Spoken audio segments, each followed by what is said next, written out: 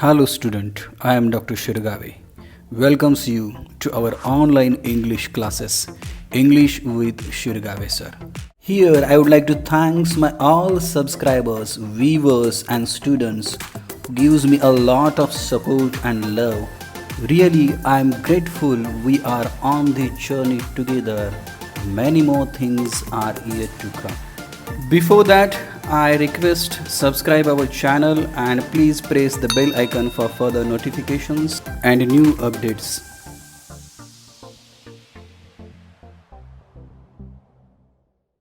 Hello student, today I am going to be teaching you brainstorming activities of the poem Money by William Davis. विद्यार्थी मित्र हो, last लेक्चरमध्ये आपण मनी या कवितेचं explanation आणि समरी बघितलेली आहे. तो व्हिडिओ आपण यूट्यूबवरती आपल्या चॅनलवरती अपलोड केलेला आहे. त्याचबरोबर आत्तापर्यंत ज्या सगळ्या पोएम्सचे व्हिडिओज आपण डिस्क्रिप्शन लिंकमध्ये दिलेले आहेत ते सुद्धा आपण पाहायचे आहेत. So let us discuss about brainstorming activities from the poem money. Please see the first activity A1 first. Money does not mean everything in life. Discuss with your partner and justify the statement by giving examples. Take help of the following points. आयुष्यामध्ये पैसा म्हणजे हे काही सर्वस्व नसतं याच्यावरती आपल्याला उदाहरण देऊन हे विधान स्पष्ट करायचं आहे. त्यासाठी आपण खालील मुद्द्यांचा आधार घ्यायचा आहे. खाली मुद्दे दिलेले आहेत पहा. Money cannot give you eternal happiness. पैसा हा आपल्याला चिरकाल आनंद देऊ शकत नाही. B. Art, music and literature can give you unending happiness. कला, संगीत आणि वाङ्मय हे आपल्याला अविरत आनंद देऊ शकतात. म्हणजे पैशाला ते पर्याय आहेत असं पॉईंट दिलेलं आहे. सी त्याच्यामध्ये सांगितलेलं आहे मनी इज शॉर्ट लिव्ड. पैसा हा चंचल आहे. Money cannot purchase happiness and contentment. पैशानं कोणताही आनंद किंवा समाधान या भावना विकत घेता येत नाही आहेत. आता या ठिकाणी हा जो क्वेश्चन आहे या प्रत्येक पॉईंटवरती आपल्याला एक्सप्लेनेशन करायचं आहे. प्लीज सी कशा पद्धतीने आपल्याला ते उत्तर लिहिता येईल. आपण ते पॉईंट घेतलेले आहेत. ए पॉईंट आहे money cannot give you eternal happiness. पैसा हा आपल्याला आनंद किंवा चिरकाल असा आनंद देऊ शकत नाही, म्हणजे तो तात्पुरता आहे. Majority of people do believe that money can buy everything including happiness. But that happiness is not eternal one. आपल्यापैकी बहुसंख्य लोक असा विचार करत असतील की पैशानं सगळं काही विकत घेता येतं, इवन दो आनंदसुद्धा. परंतु सत्य हेच आहे की पैशाच्या माध्यमातून मिळणारा जो आनंद आहे तो एटर्नल नाही आहे, चिरकाल नाही आहे किंवा तात्पुरता आहे. That happiness may be entertained and give us joy for some time. जो पैशानं विकत घेतलेला आनंद आहे तो एखाद्या वस्तूच्या स्वरूपामध्ये असतो. तो आपलं मनोरंजन करेल किंवा तेवढ्या कालावधीपुरता आपल्याला आनंद मिळेल. However it is not ever lasting.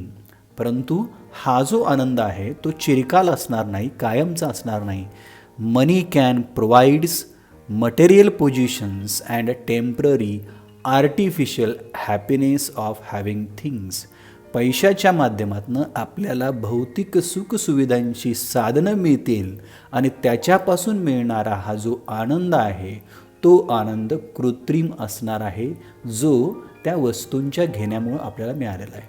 म्हणजे काय म्हणता येईल पहा, एखादी आवडीची गोष्ट आपण विकत घेतली. फॉर एक्झाम्पल आपण असं म्हणूया की बाजारामध्ये एखादा नवीन मोबाईल लॉन्च झालेला आहे आणि तो आपण विकत घेतला, तर त्या मोबाईलच्या माध्यमातून मिळणारा जो आनंद आहे हा तात्पुरता आहे, तो लॉंग लास्टिंग राहणार नाही आहे. म्हणजे पहिल्या दिवशी आपण मोबाईल हातामध्ये घेतल्यानंतर मिळणारा आनंद आणि 1 वर्षानंतर आपण त्याचा आनंद जास्त व्यक्त करू शकणार नाही आहे. It means money cannot give you eternal happiness. B point काय आहे पहा, art, music and literature can be give you unending happiness.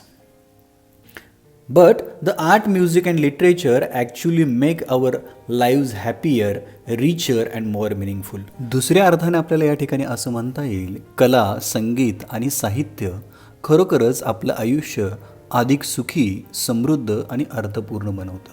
म्हणजे ह्या एक कला आहेत पहा, आणि ही जी कला जर आपल्याला प्राप्त झाल्या तर त्याच्या माध्यमातून मिळणारा जो आनंद आहे तो कायमस्वरूपी असू शकतो. As in the classic proverb, give a man a fish and you feed him for a day. Teach a man to fish and you feed him for a life time.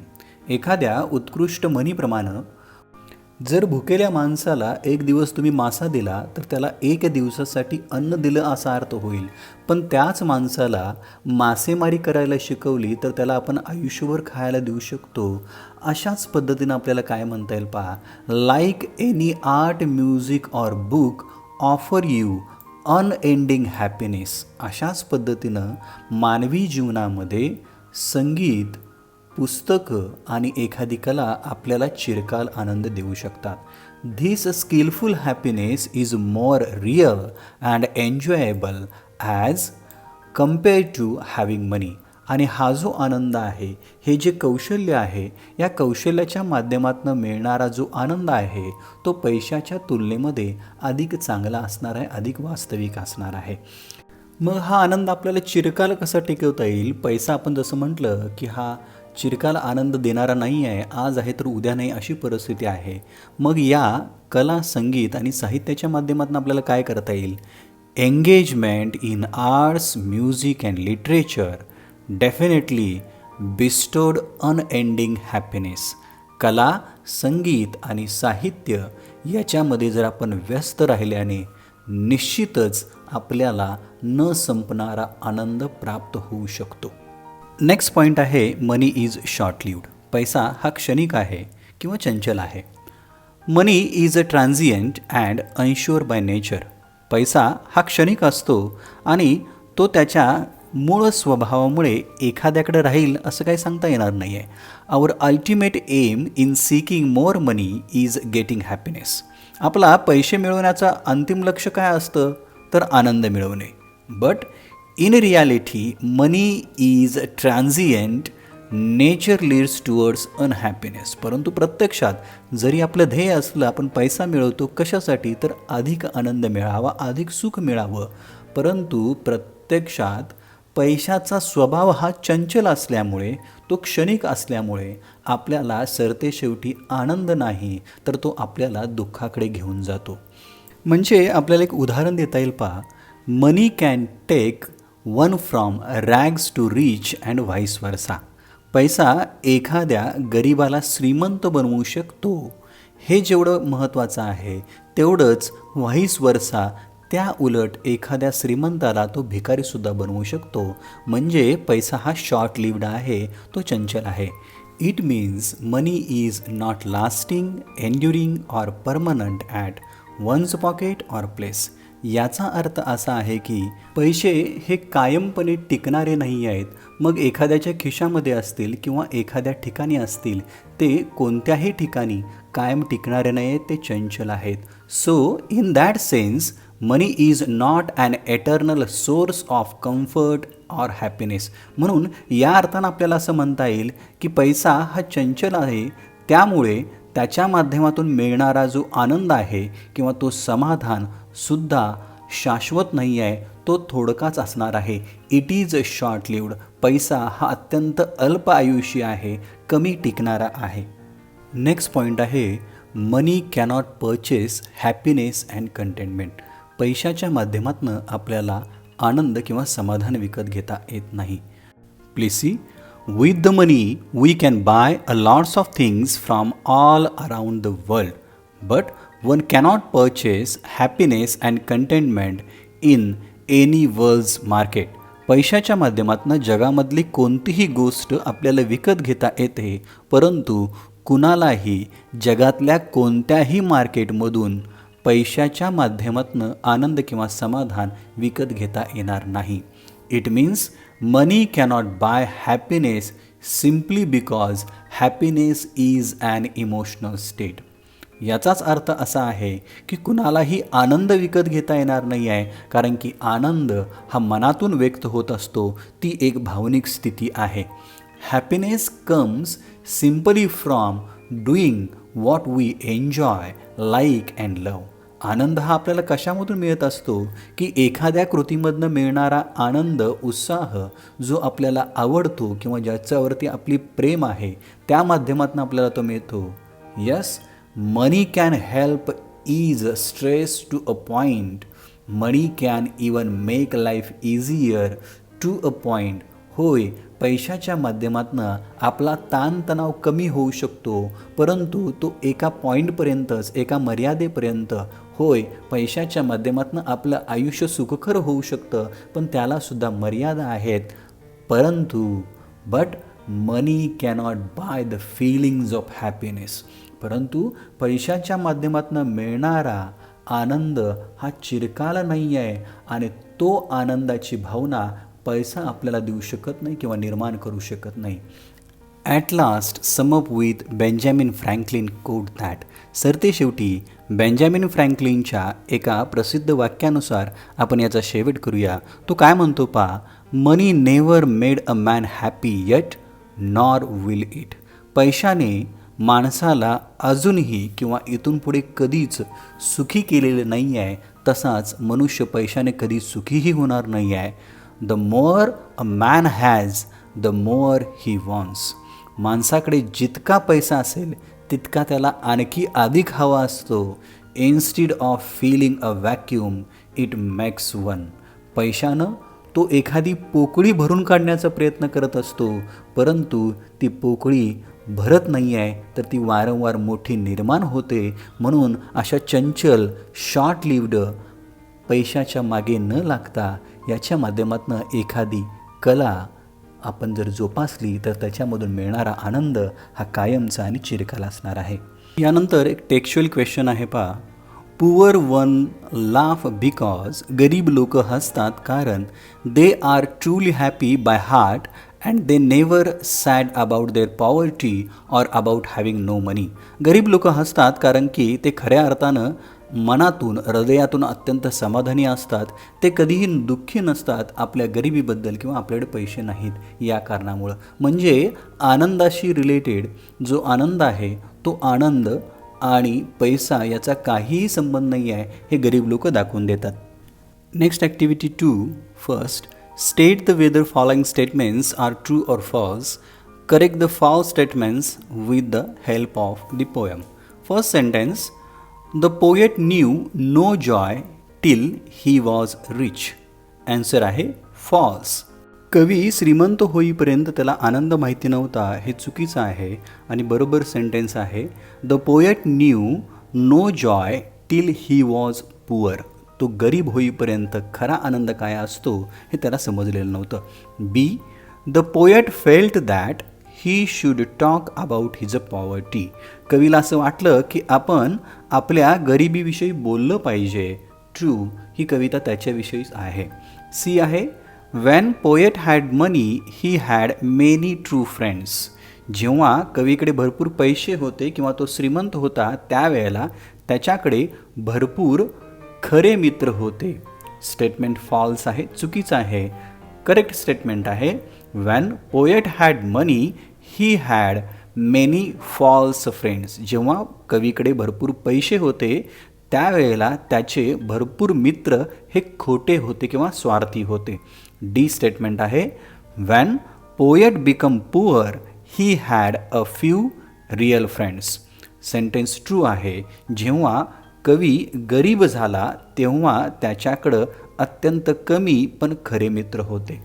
A2मधील second activity, write reasons for the following statement. खालील दिलेल्या वाक्यांची कारणं द्या. A आहे, friends came knocking all day at the poet's door. कवीच्या दारावरती दररोज मित्रांची गर्दी असायची. कारण होतं, the poet was a rich man and had a lot of money. कारण कवी त्या काळामध्ये श्रीमंत होता, त्यांच्याजवळ भरपूर पैसा होता. His false friends always thought about their own benefits. आणि दारावरती गर्दी करण्याचं कारण त्यांचे जे मित्र होते ते मित्र स्वार्थासाठी आलेले होते, स्वतःच्या फायद्यासाठी आलेले होते. त्यामुळं त्या काळामध्ये कवीच्या दारावरती स्वार्थासाठी त्या मित्रांची गर्दी असायची. B, poor men's wives hum like bees. गरिबांच्या स्त्रिया एखाद्या मधमाशीप्रमाणे गुणगुणत असायच्या. कारण the poor's men's wife continuously talk or complained and not pleased with their husband income money. कारण गरिबांच्या स्त्रिया ह्या सतत बडबडत असायच्या. थोडक्यात त्या तक्रार करत असायच्या. कशाबद्दल? त्या आनंदी नव्हत्या. इन द सेन्स कुठल्या दृष्टिकोनातून आनंदी नव्हत्या पहा? कारण की त्यांच्या नवऱ्याचा जो इन्कम असायचा, पैसे मिळायचे त्यांच्या कामातनं, ते कमी असायचे. Though they work from morning to night, their wives and families are happy by heart in the state of poverty. जरी ते दिवस रात्र काम करत होते तरीसुद्धा त्यांच्या स्त्रिया, कुटुंब मनातून अत्यंत आनंदी होते. या गरिबीमध्ये सुद्धा आनंदी होते. फक्त मिळणाऱ्या पैशाबद्दल ते समाधानी नव्हते. Next activity A2 third. Money makes the world go round. Explain it in the light of poets experience. जग पैशाभोवती फिरते किंवा पैशाला या जगामध्ये अनन्य साधारण असं महत्त्व आहे, हे कवीला आलेल्या अनुभवावरून व्यक्त करा. आन्सर काय पहा? Money makes the world go round is a very suitable for this poem because when the persona means poet has a lot of money and rich, so many friends were around him for self benefit. हे जग पैशाभोवतीच फिरते, नाती त्याच्यासमोर काहीच नाही आहेत, हे या कवितेसाठी अत्यंत महत्त्वाचं आहे आणि उपयुक्त ठरतं. कारण जेव्हा कवीकडं भरपूर पैसा होता, तो श्रीमंत होता, त्यावेळेला बऱ्याच मित्रांची गर्दी ही त्याच्या अवतीभोवती असायची आणि ती स्वतःच्या फायद्यासाठी होती. But when the poet had no money and he become poor, number of friends decreased but only real ones remain. परंतु या उलट असं झालं, जेव्हा कवीकडं पैसे नव्हते, तो गरिबीचा सामना करत होता, त्यावेळेला असंख्य असणाऱ्या मित्रांची संख्या ही फार थोडी राहिली. परंतु ते थोडे असणारे जे मित्र होते ते खरे होते. इट मीन्स याचा सरळ अर्थ असा आहे, money shows dual faces of people. पैशानं लोकांचा खरा चेहरा दाखवला. याचाच अर्थ असा आहे की हे संपूर्ण जग हे पैशाभोवती फिरतं, पैशालाच जास्त महत्त्व दिलं जातं. नेक्स्ट ॲक्टिव्हिटी आहे activity 4. Poor men need not to go up. गरीब माणसांना वरती जाण्याची म्हणजेच श्रीमंत होण्याची गरज नाही. So much as rich men should come down. परंतु श्रीमंत माणसांना खाली येण्याची म्हणजेच गरीब होण्याची गरज आहे. Express your views regarding this statement. या वाक्यावरती तुमचे मत स्पष्ट करा असा क्वेश्चन या ठिकाणी विचारलेला आहे. याचा ॲन्सर आपल्याला असं लिहिता येईल, the present lines describe main idea of the poem. ही प्रस्तुत ओळ आहे, ही कवितेची मध्यवर्ती संकल्पना स्पष्ट करते. Poor men need not to become rich for happiness as they were happy in their life. गरीब माणसांना श्रीमंत होण्याची काहीच गरज नाही आहे, कारण ऑलरेडी ते त्यांच्या जीवनामध्ये आनंदी आहेत. वेअर ॲज दुसऱ्या बाजूला rich man should come down. परंतु गरज आहे दुसऱ्या बाजूला श्रीमंत लोकांना खाली येण्याची म्हणजे गरीब होण्याची. Man's need to become poor only then they found true happiness. आणि जेव्हा हे श्रीमंत लोक गरीब होतील, खालच्या पातळीवरती येतील, त्याच वेळा त्यांना खऱ्या आनंदाचा उपभोग घेता येईल किंवा समजेल. Rich men were always accompanied with false and selfish friends. श्रीमंत लोक श्रीमंतीमध्ये असताना नेहमी चुकीच्या आणि स्वार्थी लोकांच्या संपर्कात असतात. वेअर ॲज दुसऱ्या बाजूला poor people leaves happily with few real friends. गरीब लोक संख्येनं कमी का असेना चांगल्या मित्रांच्या गर्दीमध्ये राहतात. So it is a rich man who need to become poor to realise happiness and containment. म्हणूनच गरज आहे की श्रीमंत लोकांना खरा आनंद, खरी नाती, खरे मित्र जर प्राप्त करायचे असतील तर त्यांना गरीब होणं, कम डाऊन, खालच्या पातळीवरती येणं हे अत्यंत गरजेचं आहे. Activity 3, find out the meaning of phrases given below and use them in your on sentences. खाली काही फेजेस दिलेले आहेत, त्या फेजेसचा अर्थ सांगायचा आहे आणि ते वाक्यामध्ये वापरायचे आहे. फर्स्ट फेज आहे पहा, ए, बी इन द मनी. याचा अर्थ आहे to be wealthy. Be in the money याचा अर्थ श्रीमंत बनणे. सेंटेन्स आहे, everyone wants to be in the money without hard work. प्रत्येकाला अति कष्ट न करता श्रीमंत बनायचं आहे. बी आहे, win a lots of money, meaning to earn money easily. पैसा हा अत्यंत साध्या सोप्या पद्धतीने किंवा कमी कष्टामध्ये मिळवायचा आहे. Sentence, there would be plenty of opportunities to win a lots of money in life.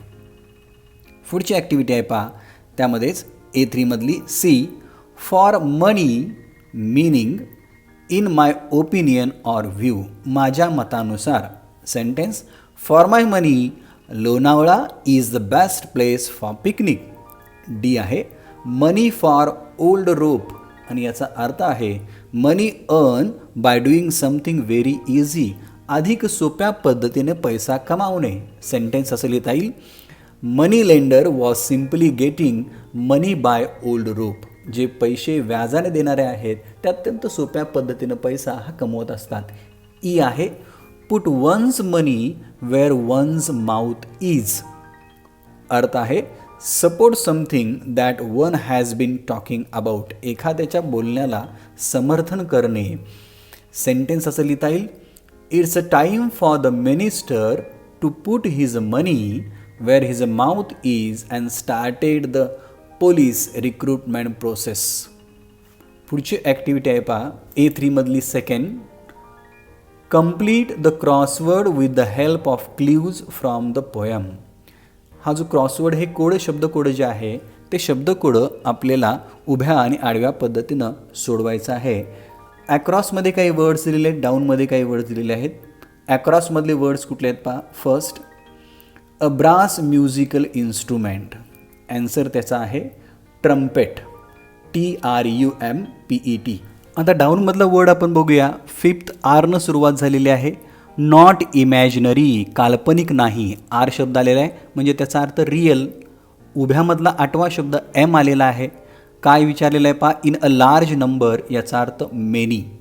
आणि 6वा ज्याची टीमध्ये सुरुवात झालेली आहे उभ्यामध्ये, पॉन्डर याचा अर्थ थिंक, विचार करणे. आडव्यामधला सेकंड एच शब्द आलेला आहे. अ लो स्टडी कंटिन्युअस साऊंड, हम, HUM असा अर्थ होईल त्याचा. आणि तिसरा आडव्यामधला फॉल्स एनमध्ये आलेला आहे. सुरुवातीला आपल्याला लिहिता येईल अनट्रू, UNTRUE. 7 उभा 4 अक्षरी शब्द आहे. तिसरा शब्द ई आलेला आहे. काय आहे पहा, स्टिंगिंग इन्सेक्ट म्हणजे दंश करणारा एखादा किडा. कवितेमध्ये आलेला आहे पहा रेफरन्स, बीज, मधमाशी. 4 आडवं यस शब्द आपल्याला मिळालेला आहे. से समथिंग, स्पीक. से समथिंग याचा अर्थ काय, स्पीक. आता लास्ट राहिलेला आहे 9, 5 अक्षर शब्द आहे उभा. Strike a surface noisily. एखादा सरफेस म्हणजे पृष्ठभाग बडवणे किंवा वाजवणे.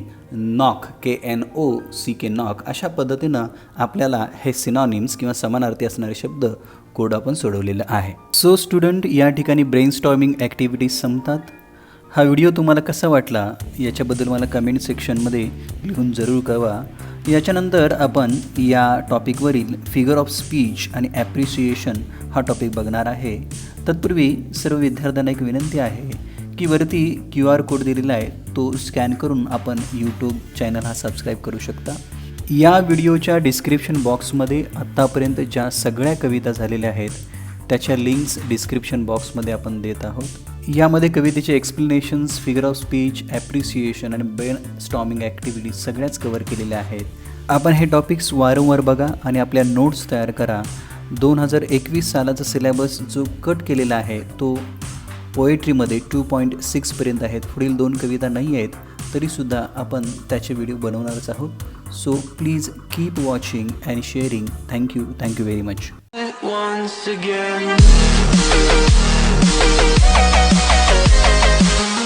Please like, share and subscribe.